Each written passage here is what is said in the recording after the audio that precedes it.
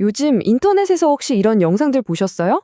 로봇이 셔츠를 개고 커피를 내리고 정말 몇 년 전까지만 해도 완전 공상과학 영화에나 나올 법한 얘기였잖아요. 그런데 어느새 휴머노이드 로봇이 바로 우리 눈앞의 현실로 훅 들어왔습니다. 진짜 말 그대로 하룻밤 사이에 벌어진 일 같아요. 그쵸? 어제는 이 회사가, 오늘은 저 회사가 새로운 로봇을 막 공개하고요. 타임라인은 온통 화려한 기술 시안 영상으로 도배가 되고, 빅테크 기업들 경쟁은 뭐 갈수록 뜨거워지고 있습니다. 네, 그래서 사람들이 말하죠. 우리가 지금 어쩌면 역사적인 전환점을 보고 있는 건지도 모른다고요. 바로 휴머노이드의 시대가 활짝 문을 여는 바로 그 순간을요. 자, 그런데 말이죠. 여기서 우리가 던져야 할 가장 중요한 질문이 있습니다. 이 화려한 꿈, 과연 현실이 될 준비가 정말로 되었을까요? 지금부터 이 뜨거운 열풍과 차가운 현실, 그 아슬아슬한 경계선을 한번 제대로 파헤쳐 보겠습니다. 좋습니다. 그럼 먼저 이 뜨거운 파티 현장으로 한번 들어가 보시죠. 시장을 뒤흔들고 있는 이 엄청난 기대감과 천문학적인 투자, 이 화려한 축제가 어떤 모습인지부터 살펴보겠습니다. 이 타임라인을 한번 보세요. 특히 2023년부터 숫자가 그야말로 폭발하는 게 보이시죠? 이건 뭐 먼저 깃발 꽂는 사람이 임자다, 이런 분위기예요. 기술계의 새로운 골드러시가 시작된 겁니다. 그리고 이런 열기는 기술업계에만 머무는 게 아닙니다. 돈의 흐름을 보세요. 투자자들이 어디로 돈을 쏟아붓고 있는지요. 기술에 대한 기대감이 곧바로 주가 폭등으로 이어지면서 시장은 그야말로 축제 분위기 그 자체입니다. 하지만 여러분, 모든 파티에는 끝이 있고 그 다음날 아침이 찾아오기 마련이죠. 이제 화려한 시연 영상 뒤에 숨겨진 우리가 종종 놓치고 있는 중대한 도전 과제들을 살펴보겠습니다. 파티 뒤에 찾아오는 숙취라고나 할까요? 이게 그냥 하는 얘기가 아닌 게요. 로봇공학의 살아있는 전설, 로드니 브룩스 같은 거물조차 이렇게 경고하고 있거든요. 업계 최고 전문가들이 지금의 열풍에 브레이크를 걸고 있다는 건 우리가 뭔가 아주 중요한 걸 놓치고 있다는 강력한 신호입니다. 그렇다면 대체 뭘까요?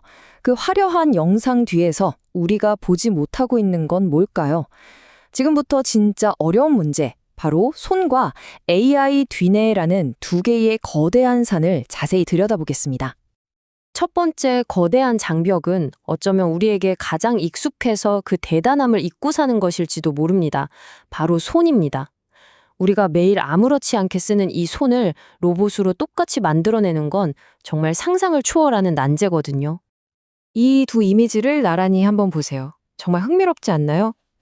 왼쪽은 수십 개의 근육과 힘줄이 정교하게 얽혀있는 생명의 경위, 바로 인간의 손입니다. 그리고 오른쪽이 현재 로봇 기술로 구현할 수 있는 최선이죠. 이 둘 사이에 놓인 어마어마한 간극, 이게 바로 우리가 넘어야 할 첫 번째 산입니다.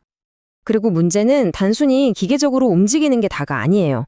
이 감각 호문클루스라는 그림을 한번 보실까요? 우리 뇌가 신체 각 부위에 얼마나 많은 신경을 할애하는지를 보여주는데 손이 비정상적으로 엄청나게 크죠? 이건 손이 제2의 뇌라고 불릴 만큼 세상을 느끼고 배우는 핵심 감각기관이라는 뜻입니다. 그래서 핵심은 바로 촉각에 있습니다. 한 연구에서 사람 손가락 끝에 감각을 잠시 마비시켰더니 그냥 성냥불 하나 켜는 간단한 작업에 무려 4배나 더 긴 시간이 걸렸다고 해요. 이 섬세한 감각이 없다면 로봇은 그냥 서투른 깡통에 불과할 수 있다는 거죠. 자, 아무리 정교한 손이 준비되었다고 해도 그걸 지휘할 두뇌가 없으면 아무 소용이 없겠죠. 여기서 두 번째 난제, 바로 물리적 AI가 등장합니다. 이건 챗봇처럼 그냥 텍스트만 다루는 AI가 아니에요. 끊임없이 변하는 현실 세계의 변수를 실시간으로 이해하고 로봇의 몸 전체를 제어해야 하는 훨씬 더 차원이 다른 지능입니다. MIT 김성배 교수는 이 문제를 10만 년의 데이터 격차라는 아주 기가 막힌 말로 설명합니다. 생각해보세요. 언어 AI는 인터넷에 있는 거의 모든 텍스트를 먹고 배울 수 있었잖아요. 하지만 로봇이 배워야 할 물리적인 경험 데이터는 그에 비하면 정말 사막에 모래알 수준이라는 겁니다. 그래서 데이터를 모으는 방법은 크게 두 가지로 나뉩니다. 왼쪽처럼 현실 세계에서 직접 가르치는 건 정확하긴 한데 시간과 비용이 너무 많이 들어요. 그래서 대부분 오른쪽처럼 가상 세계에서 훈련을 시키죠. 빠르고 저렴하니까요. 근데 결정적인 문제가 있습니다. 시뮬레이션성 물리법칙이랑 실제 현실이 미묘하게 다르다는 거예요. 그래서 가상 세계의 에이스가 현실에서는 바보가 되어버리는 심투릴 격차 문제가 생깁니다. 그래서 요즘 연구자들은 두 가지를 영리하게 섞는 하이브리드 접근법을 씁니다. 이게 피아노 배우는 거랑 아주 비슷해요.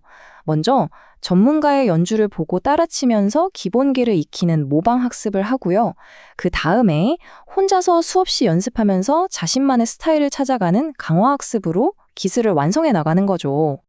자, 그럼 이 엄청나게 어려운 숙제를 풀기 위해 세계의 강좌들은 지금 어떻게 움직이고 있을까요?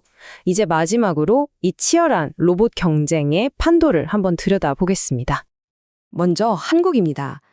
이 복잡해 보이는 도표가 보여주는 핵심은 딱 한 단어, 바로 협력입니다. 휴머노이드 얼라이언스라는 이름 아래 기업, 대학, 연구소가 모두 힘을 합치는 말 그대로 국가 대표팀을 꾸린 셈이죠.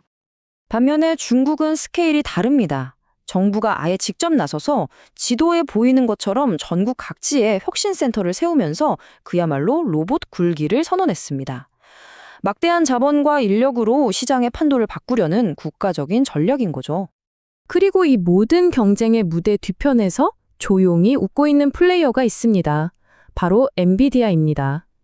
골드러시 시대에 금을 캐는 사람들에게 청바지를 팔아서 돈을 벌 리바이스처럼요.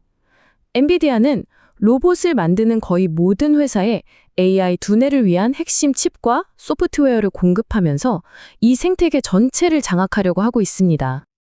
네, 이제 화려했던 파티는 끝나가고 있습니다. 진짜 실력을 증명해야 할 시간이 온 거죠. 이 거대한 기술적 장벽들을 넘어서 과연 누가 가장 먼저 진짜 휴머노이드를 우리 삶 속으로 데려올 수 있을까요? 그 답을 찾기 위한 경쟁은 이제 막 시작되었습니다. 여러분은 누가 이길 거라고 보시나요?